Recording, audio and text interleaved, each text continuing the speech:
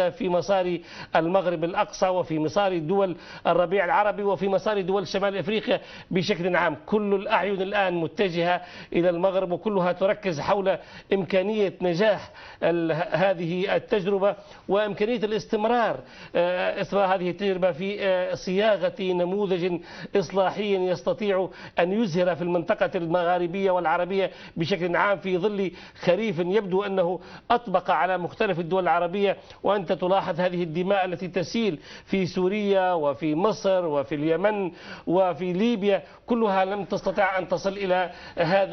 هذا التوافق والتفاهم وربما أيضا المسؤولية لدى الأحزاب السياسية وعلى رأسها تيار الإسلام السياسي الذي يمتلك خصوصيات مغربية بامتياز مكنته من أن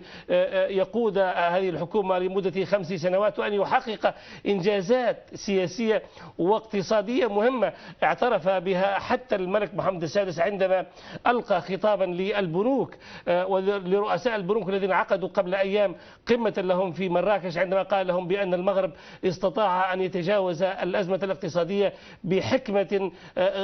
ربما متميزة، وكان يشير إلى صندوق المقاصة وهو صندوق الدعم الحكومي الذي كان عبد الإله بن كيران وحزب العدالة والتنمية هو الذي قاد هذه المعركة، معركة إصلاح صندوق المقاصة أو صندوق الدعم، ومكن المغرب من تجاوز ربما مرحلة اقتصادية صعبة للغاية على الرغم من أن المغرب لا يمتلك من الثروات الطبيعية ربما الكثير، وكل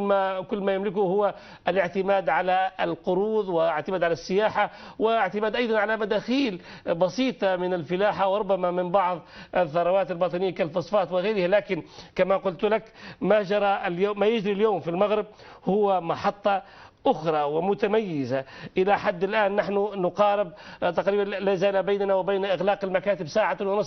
هذا إذا لم يتم تمديد الانتخابات في بعض المكاتب إذا كان هناك بعض الحاجة لذلك، لكن التقديرات هي الآن والمرتب أن يتم إغلاق المكاتب في الساعة 7 أي 6 بتوقيت غرينتش 9 بتوقيت مكة المكرمة، على أن يتم الإعلان عن النتائج أو تبدأ الإعلان عن النتائج